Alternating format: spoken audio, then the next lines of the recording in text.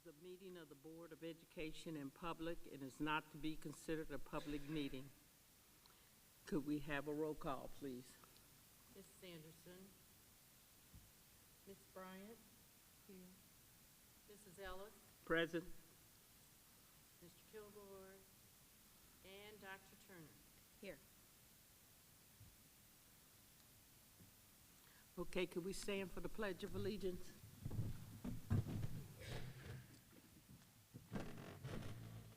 I pledge allegiance to the flag of the United States of America and to the republic for which it stands, one nation, under God, indivisible, with liberty and justice for all.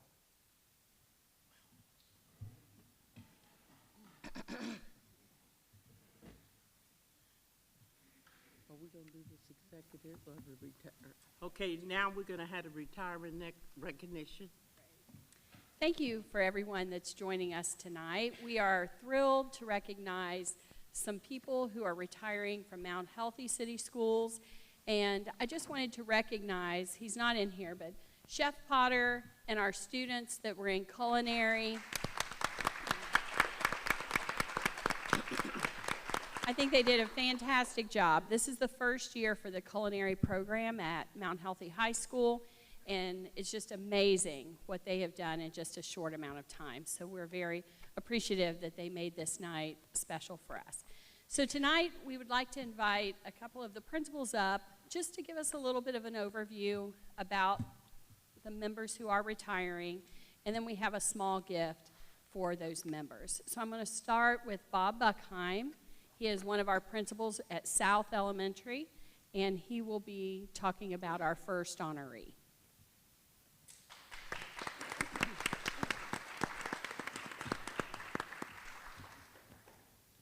Thank you, Dr. Hawkins. I'm here tonight to talk about Mark Nachi. He is a retiring 6th grade math and science teacher at South Elementary School. He is not here tonight. He is at Golf League. And for those of you who love golf, won't understand why he's not here. Mr. Nachi is a former police detective from Cleveland. This is his second career. He brought a lot of that skill, that thoroughness to his work. I get there very early in the morning, and he and I race to get there first because he's doing dojos to parents first thing in the morning, and he's making phone calls late in the afternoon. His dedication to his craft, as well as his dedication to the parents and students, is very much appreciated, and I enjoyed the time I had working with him. He has a very wry sense of humor that gives the kids that notion that he really does care, and he talks to them about what's important in their life, whether it's sports or movies or just things that they're doing outside of school. So I wanted to say thank you to Mr. Nachi, and hopefully he has a good night at the Golf League. I will take his gift and give it to him tomorrow morning.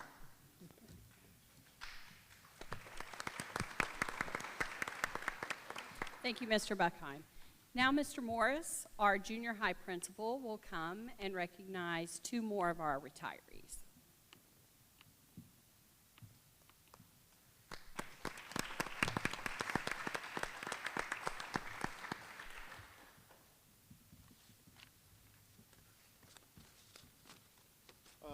Good evening. So we're here tonight, the junior high, for Miss Fay and Miss Dean. First, I want to thank you all for being here to help celebrate these 2 outstanding women who have devoted their lives to education and to helping kids. I've known Miss Dean and Miss Fay for 12 years now. Ms. Dean, when I first met you, I honestly have to say I thought this lady is absolutely crazy. But 12 years later, my opinion still has not changed. Ms. Dean, the first time I met you, you were in the copy room having a full-blown conversation with the copier and still continue to do so to this day. For those of you that don't know, I really feel that Ms. Dean is one of the most interesting people in the world. She is a huge NASCAR fan. She has White House security clearance, and she also has been a CCW instructor. I was shocked again. Last year, we brought a BMX bike show to our school. She came up to me, showed me pictures of her and the entire group at a totally different event. So Ms. Dean seems to know absolutely everybody. Ms. Dean, I thank you for all the clubs, the after-school groups that you do, and you always bring the most interesting people in to meet with our kids. I will always have extra juice box and airheads in my office just in case. I hope you enjoy your retirement and cannot wait to go shopping this summer.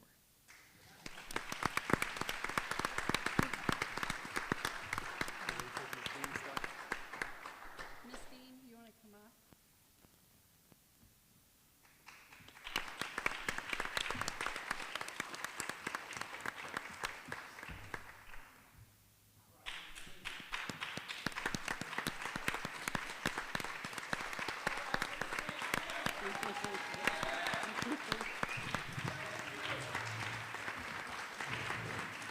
She's getting out of the jungle.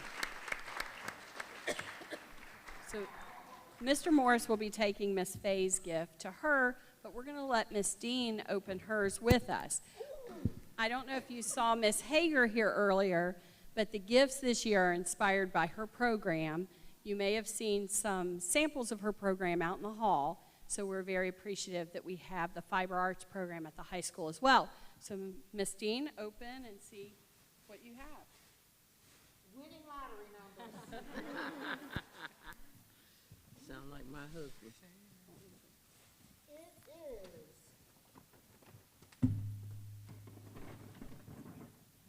A magnificent quilt. Here, I'll help you. With, of course, winning lottery numbers on it. So on the quilt, it also has owls. You can't see that from here. There's owl pattern. And then down here in the corner, it actually has her years that she spent with Mount Healthy. So Ms.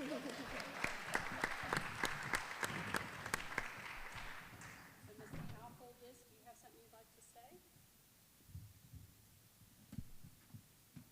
Thank you very, very much. When the invitation went out, I said, "You are my family. After 22 years, you are my family." And I'm so grateful my family came out to celebrate with me. We are family. I got all my sisters with me. We are family. Get up, everybody. Yes! Thank you.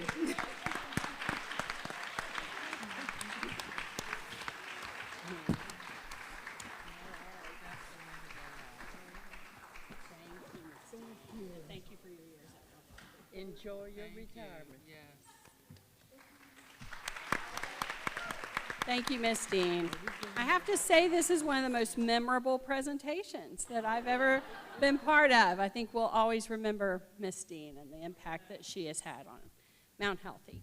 Now we have Dr. Ogden. I think it's appropriate that some of our members are leaving us, and now we're going to recognize some members that are joining the Mount Healthy family. So Dr. Ogden will come and join us and introduce some of our new hires to Mount Healthy. Okay, new hires, I hope you remembered all the songs I sent you.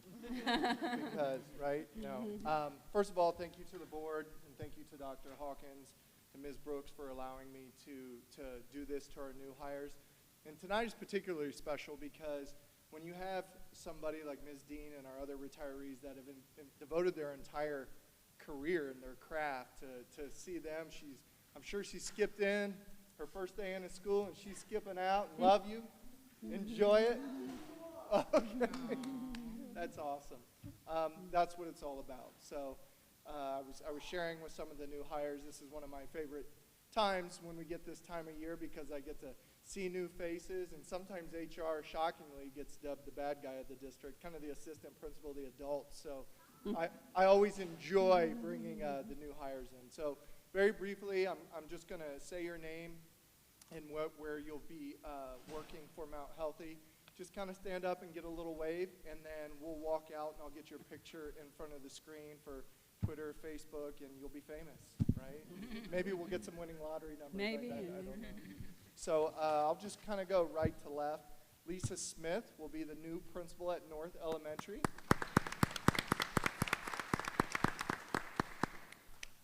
Dr. Amy Tuasi will be a special education coordinator.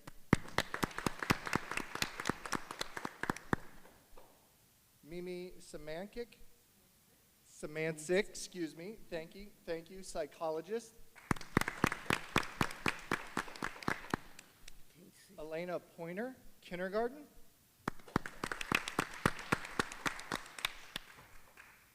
Aaliyah Anderson, science at the high school. Stephanie Trenchik, science at the high school, oh, math at the high school, excuse me. Emily Trester, English and drama at the high school. And Kimberly Young, intervention specialist at the junior high school. Welcome to Mount Healthy. We are so excited for you to be a part of this year's hiring cohort. I'll meet you out back. Thank you, Dr. Hawkins. And we are also very appreciative that we have several, really all just about, of our administrators here tonight. You know, administrators have very long days. They start early and they go until way after dark. So they wanted to be here tonight to honor our retirees. So I just would like for them to stand and be recognized. We really appreciate that you all came out tonight.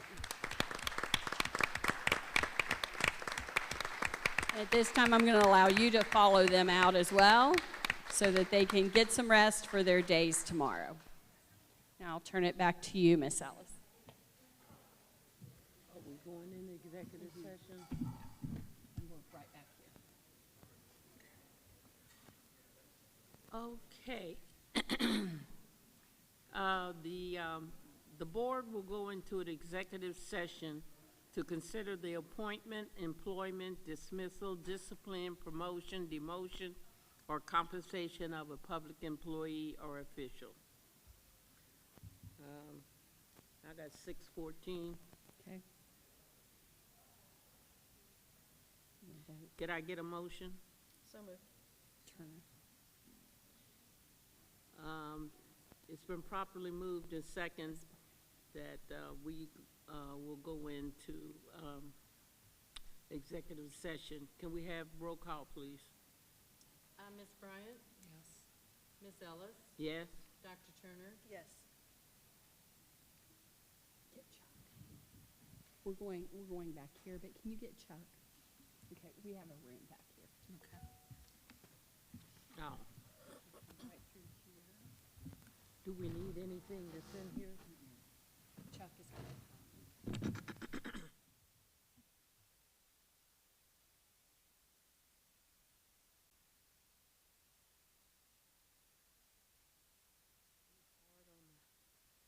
Okay, we've come back at 7:06.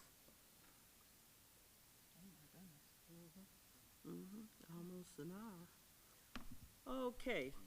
The board members have had a chance to look at the agenda ahead of time. Could I have a motion to accept the agenda for the meeting of May 16th? So moved. Any questions? Okay, could we have roll call? Ms. Bryant? Yes. Mrs. Ellis? Yes. And Dr. Turner? Yes. Okay. The board members have had a chance to look at the minutes from the regular meeting held on April the 11th, 2022. Can I have a motion to accept the minutes? So moved. Second. Any questions, additions, changes? Okay, could we have the roll call, please? Ms. Bryant? Yes. Mrs. Ellis? Yes. Dr. Turner? Yes. Okay, special orders. The Mount Healthy Teacher Association? No. Okay, you have any communications? No. Okay. The next on the agenda is the Great Oaks Board meeting. report. Well, the treasurer of Great Oaks has submitted his resignation to be effective on December the 31st. And the board expressed their gratitude for the 5.5 years of service provided by Ben, and the board will begin a nationwide search in June 2022. Great Oaks retirees. Great Oaks acknowledged 20 retirees at the May 4th celebration.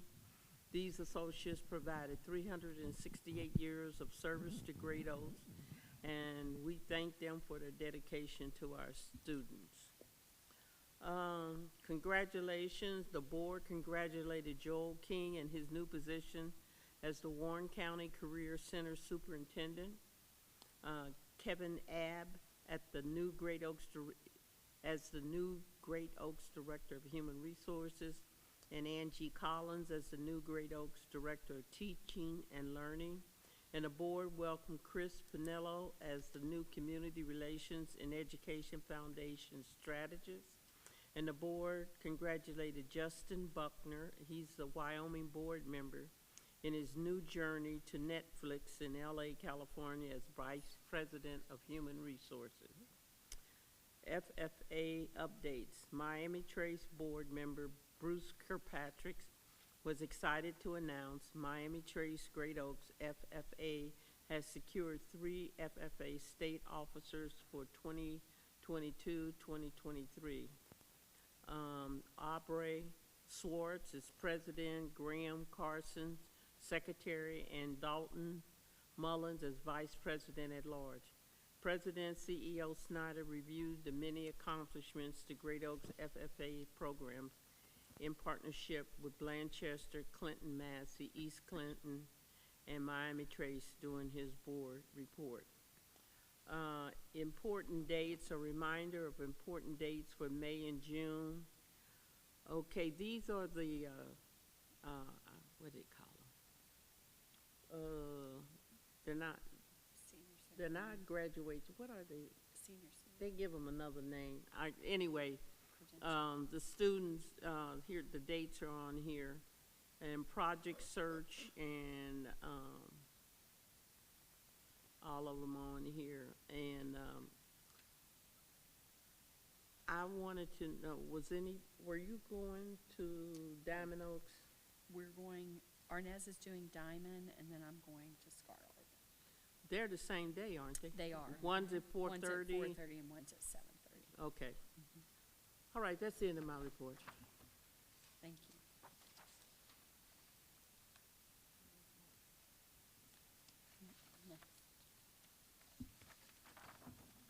Okay, next is the legislative liaison report. Thank you. Carol Ellis and I went 2 weeks ago, to the I don't know. Ohio School Board Association Board Leadership Institute, and one of the sessions that I went to was an extensive legislative update session. So I'm a little more up to date than I am on more things this time around. So one is House Bill 126, which covers property values. This was signed into law by Governor DeWine on April 21st. It establishes restrictions on a district's ability to challenge property values. Before, a district, if they disagreed with the property value from the auditor's assessment, they could challenge that assessment between auditors' assessments. We can't do that anymore. We're stuck with what the auditor says until they do the next assessment. Explain what property that's on, because it isn't everything. It's residential and agriculture. Okay. So not businesses, but that doesn't really affect us too much. It can affect some business property, but they're very, very, very narrow, only a very small amount. Mostly it'll be residential and agricultural. So this is important for us. It means that districts could be losing money if things are valued lower than we expect, and they warned at this session that I went to that districts could be really caught off guard with not getting as much money as they were expecting because of this. House Bill 616 covers divisive concepts. I reported on this one last month. It hasn't really gone anywhere yet. It's unclear how much support they have for this bill. It's still waiting to be referred to committee, but it's one that we're going to want to keep an eye on. Another divisive concepts bill that it has been brought up is House Bill 327. This one is currently on its 12th version. The Senate seems somewhat lukewarm on taking up this issue, and everyone is still trying to define what a divisive concept is. In other states, they've left it sort of loose. I guess Ohio is trying to be a little more specific, but they're not coming together on that. House Bill 529 is about CCP and website uploads. It is currently before the Primary and Secondary Education Committee. As introduced, it would require schools participating in the College Credit Plus program to provide the following information on the district website by the start of July each school year: a link to every textbook to be used in the courses, a course syllabus for each course, a summary of each course, all materials required for the course, all activities for the course.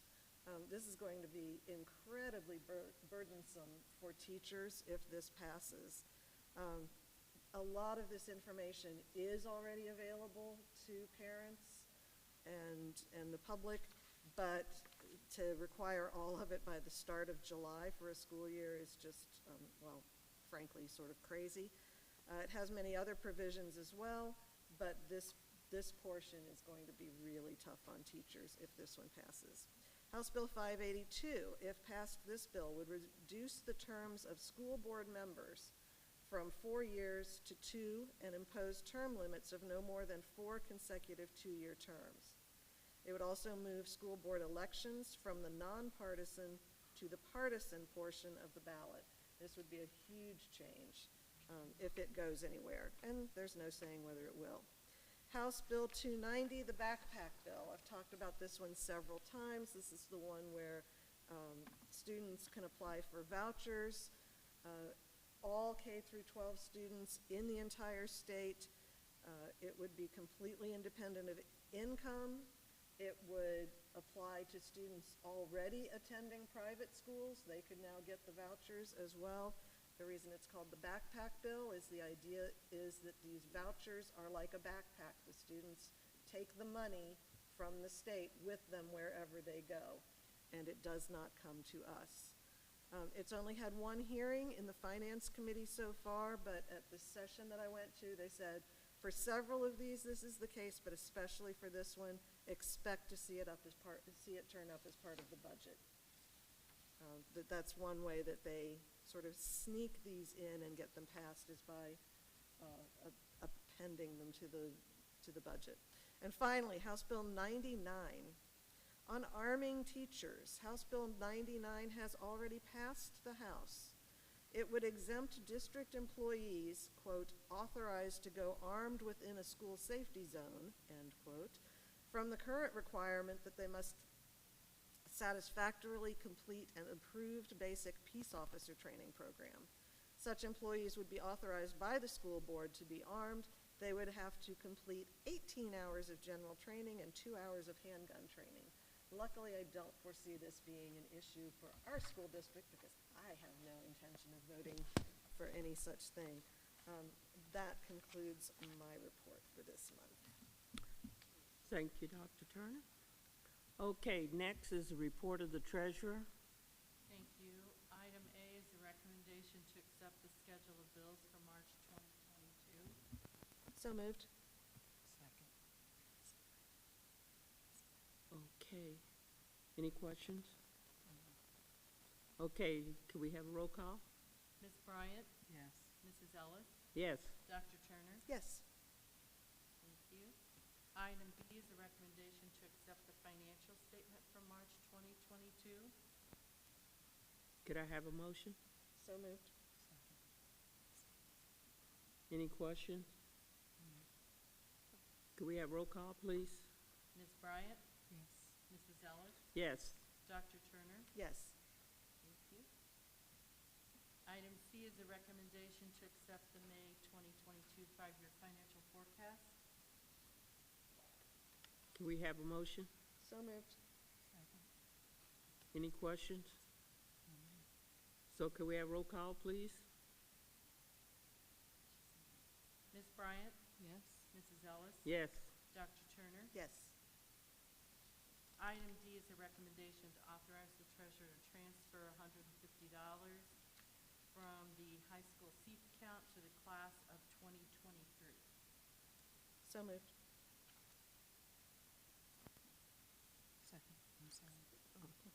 Any questions? Can we have roll call, please? Ms. Bryant? Yes. Mrs. Ellis? Yes. Dr. Turner? Yes.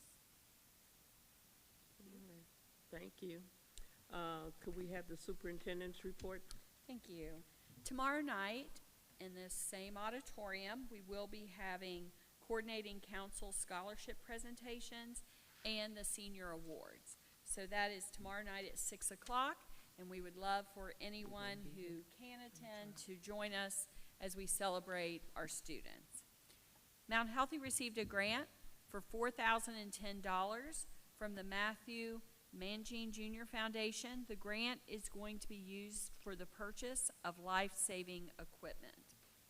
Mount Healthy elementary students participated in a math pentathlon club for the 21-22 school year.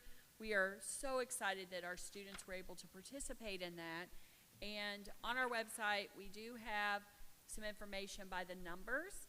Just something to highlight quickly is that even though we are new to this process, we had 2 bronze medal winners.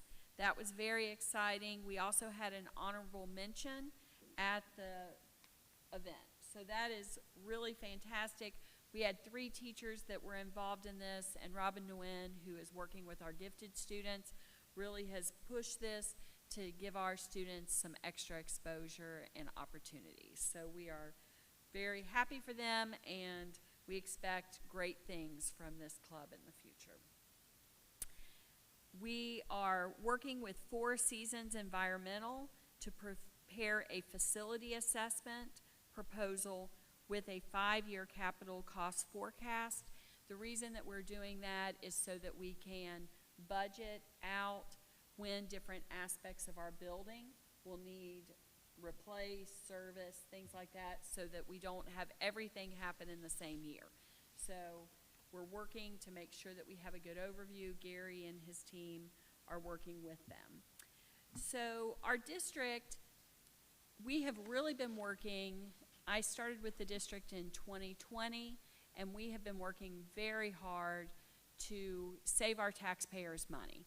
We do not want to put a levy on the ballot, so one way that we have been trying to avoid that is to look at grant opportunities. So I shared with the board, and we will be doing a presentation in the future with more detail on what some of the things have been purchased and implemented with the grants.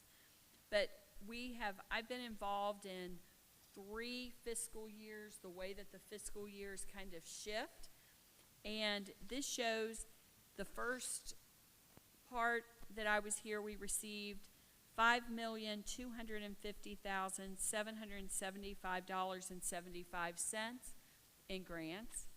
The next year, where we brought in some grant people, we started Focus. Kristen Yancey is in the audience. She has been working very, very hard with grants. We brought in $6,929,221.11.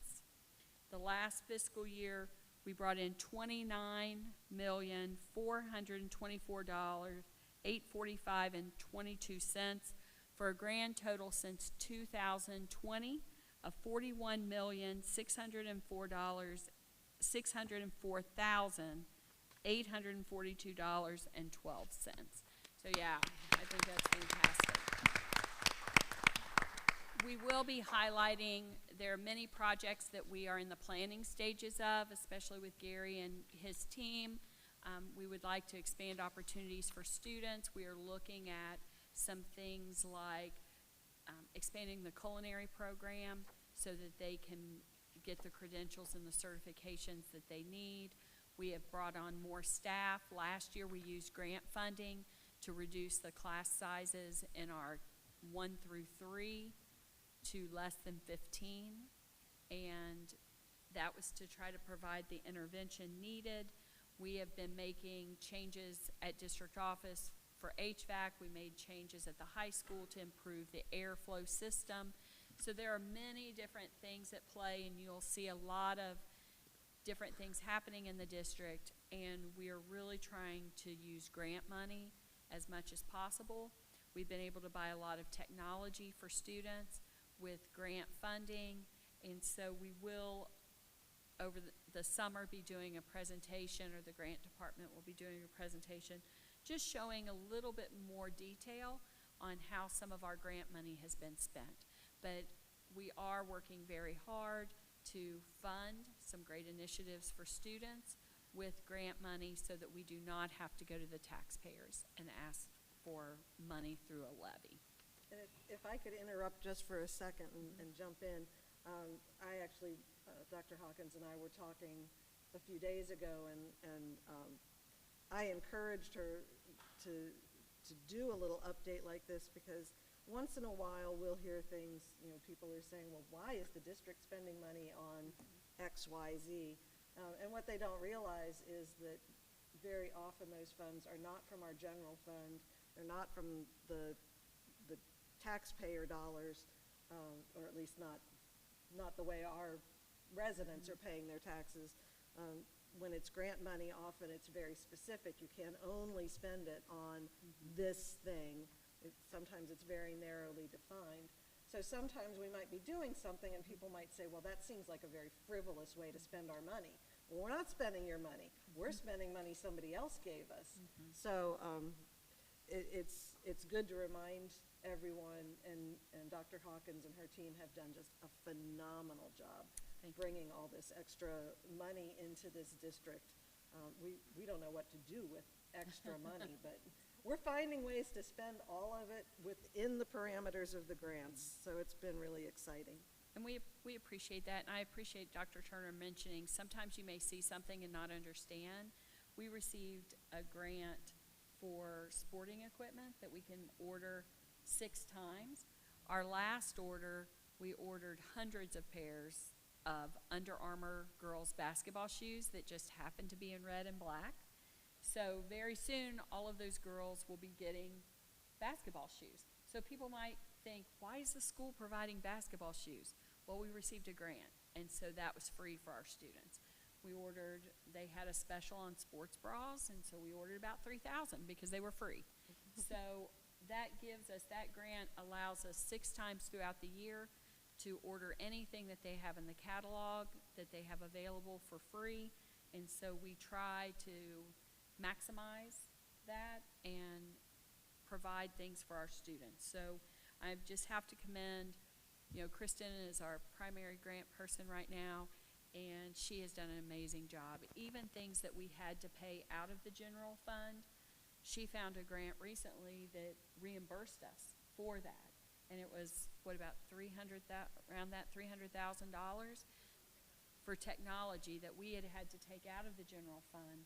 So it makes such a difference for our district. And so when people hear that we're bringing on more grant people, that is to save our community money. And so I think this just highlights in just the last couple years that we have really been fortunate that we've been able to bring in more and more money, and I hope that that continues as people see that we're using our grant money responsibly. Okay. Item B is the recommendation to adopt a resolution for the Mount Healthy City School District to participate in the Unified Purchasing Cooperative of the Ohio River Valley for the 2022-2023 school year. Could I have a motion? So moved. Oh, Which one? Kim moved. Brian. I'll second. Okay. Any questions? Okay, can we have roll call? Ms. Bryant? Yes. Mrs. Ellis? Yes.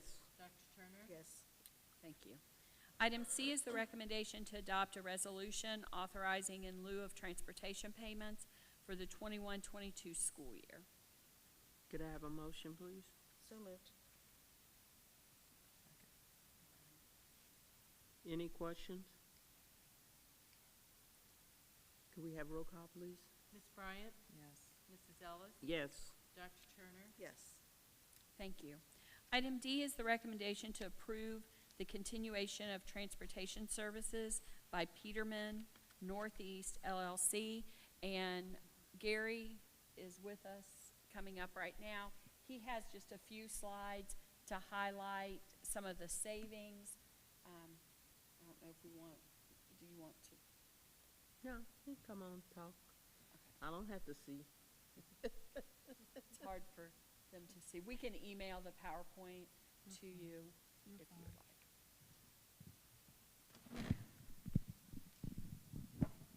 Good evening. Just wanted to kind of briefly go into the proposal from Peterman about our transportation needs presently and in the future. So right now on this slide, as Dr. Hawkins said, we'll show this to you or send this to you. Right now I have a snapshot of our last contract back in 2014. And then a present shot of where we're at right now in 2021-22. Back in 2014, the Peterman contract, there was a base rate, a daily rate of $299.94. And how they do that is, of course, they take the school year, 180-day school year. We were running about 30 routes, and there were 9 parochial stops that we were handling at the time. When we look at the base, that put us, that particular year, put us about 1.6 mil, a little bit over. Here's where we're starting to see something that we can possibly make an adjustment to, which is our overtime. Right now, we're currently working on 4.75 hours a day for a bus driver. That started the previous contract. Currently, we're in that as well. And as you see, back up under 2014, the overtime, really we paid a base rate of 1.6, but in overtime we paid an additional $127,800. If you do that for 5 years, I highlighted that. Right now we were a little bit over $500,000 just in overtime. Skip over to 2021 where we are currently. You'll see the same, of course, each year there's a percentage increase. So our base rate, of course, at this point is $383.17, 28 routes, but now we've picked up non-pub. We're doing a lot of non-public and parochial schools. We're up to about 12 that we're responsible for as well. But when you look at our base rate, we're about 1.9. Overtime, again, is $220,000. So if you do that for a 5-year, we're looking at 1.1. So right now, we're really seeing that there is a discrepancy. If we kind of up our base rate, up the hours that we provide or allow here at Mount Healthy for our bus drivers, we'll see that we can kind of clear that overtime, bring that down to a bare minimum, and of course save the district money, and I'll explain that a little bit in these next few slides. Some of the new additions that we added into this contract, of course, we picked up routes to the ELC. We added from the old to the new. We added the high school, McCully, Roger Bacon. We now have an alternative school located at the church. Next year, we're looking at possibly picking up St. Xavier and LaSalle. Those are additional parochial schools and additional routes, which of course take time. Right now, we're saying per bus driver, we're allotting you 4.75 hours. Well, if we add those additional routes, and of course those, that bumps up their time, as soon as they turn the key, and that's what we're seeing right now, that's what this second half of this slide shows. All drivers right now, every driver that we have, as soon as we turn the key, we're going into overtime mode. We currently can't get our routes completed in the 4.75 hours that are allotted. As soon as we turn the key, each route right now, we're looking at routes, 16% of our drivers are already at 5.25. 28% between 5.5 and 5.75. So right off the bat, we don't see anyone that is within that 4.75. So we're losing money as soon as we turn the key every day to take care of our students from a transportation standpoint. So the proposal is moving from 4.75 hours to 5.75 hours. If we bump that up, that now becomes part of our base fee. We eliminate overtime, that becomes part of our base fee. The plan is, of course, not only are we doing that, well, if you look at that third one, if we increase the district's base cost by $150,000 while lowering the amount of overtime billed to the district by $220,000, this increase right here, just moving it up an hour, saves the district about $70,000 in this particular contract. If you can click on that link. So what I did, I actually talked, of course, with, and we have some Peterman representatives here as well, but I went back and forth with them, and I asked, hey, can you send us what you all use? What's your spreadsheet? So they sent me a snapshot of last year. What you see up here, this is last May, 2021. This is the bus drivers we had, each bus that we had out on routes. May 3rd, 4th, 5th, 6th, and 7th, that's a snapshot of the week. Back then, a year ago, we had very, very, very bare minimum routes that were 4.75. Even when we did a remote day, you'll see on the 14th, that was a graduation day to get extra routes out just to get the kids back and forth to graduation. Of course, every time we turn that key, that adds up. So if you'll scroll down to the bottom there, Mike, if you could. This spreadsheet really kind of hones in. Right now, Mike, right there. So right now, what this is it's showing within a full week, we could run anywhere between 133 hours, which are allowed, but we were adding additional 20 hours per week, which of course became very, very costly. At the end of the month last year in May 2021, we did in overtime, we spent in overtime $17,522.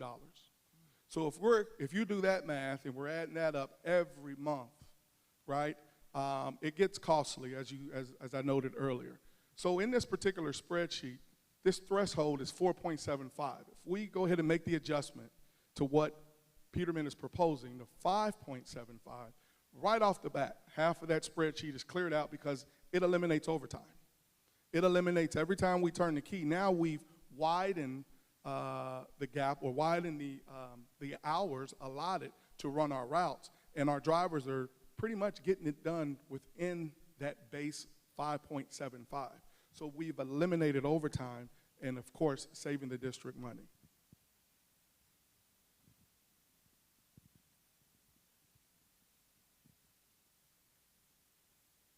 So, next slide. So, some of the current and future endeavors that also is part of this proposal.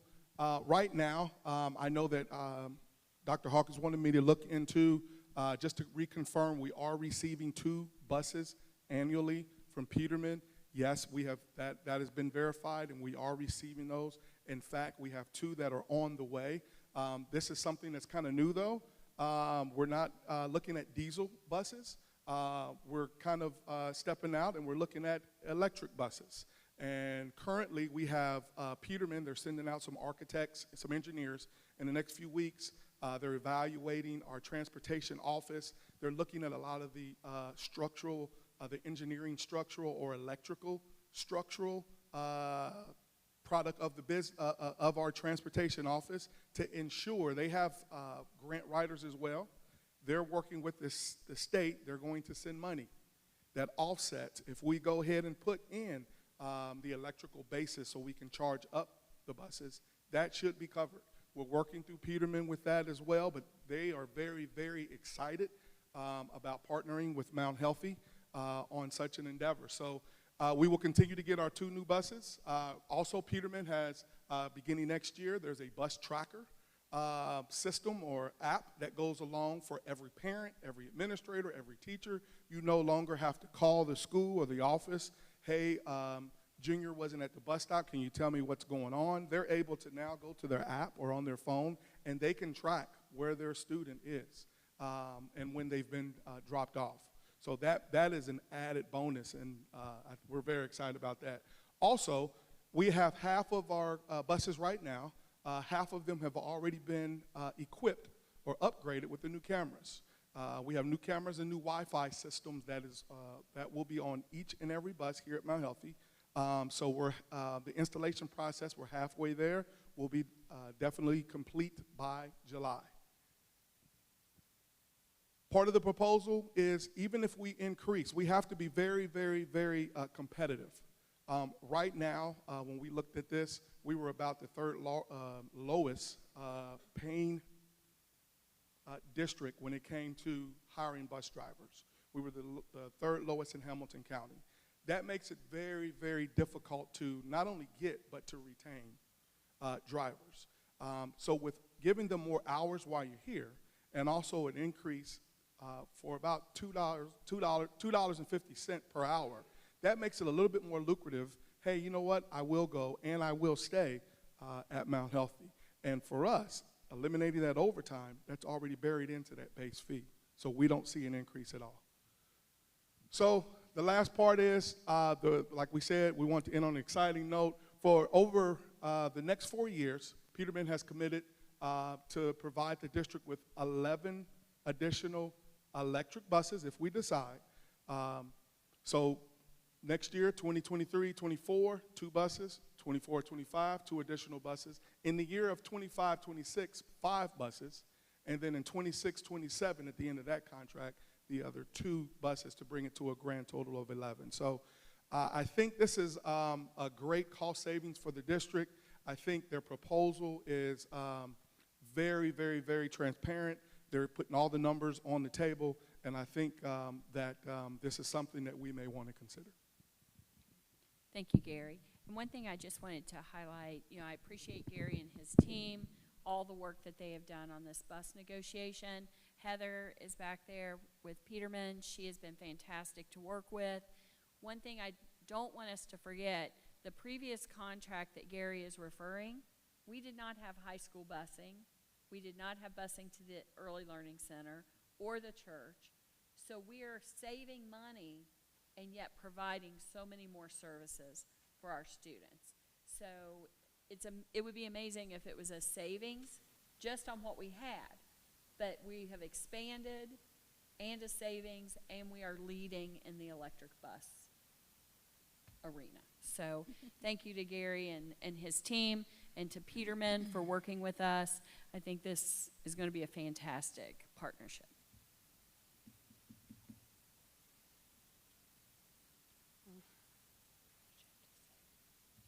Can I have a motion to accept the continuation of transportation service with Peterman's? Second. Any questions? Do we have roll call? Ms. Bryant? Yes. Ms. Ellis? Yes. Dr. Turner? Yes. Thank you. The next item is the consent agenda, item E. The board has been provided with this earlier. We introduced several of our new associates earlier tonight, so we're excited about them coming with us.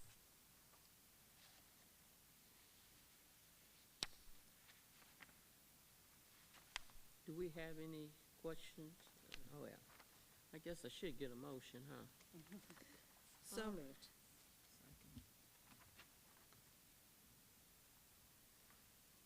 Any questions on any of the consent agenda?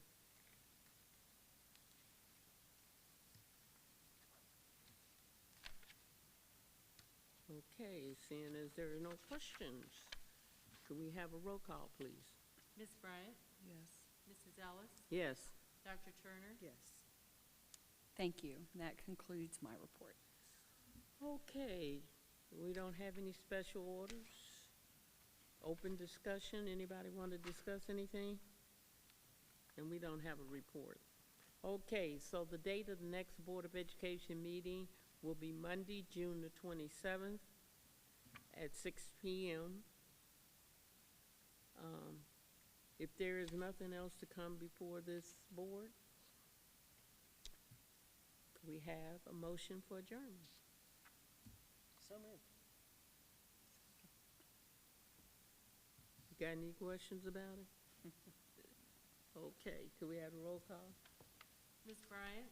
Yes. Mrs. Ellis? Yes. Dr. Turner? Yes. Thank you.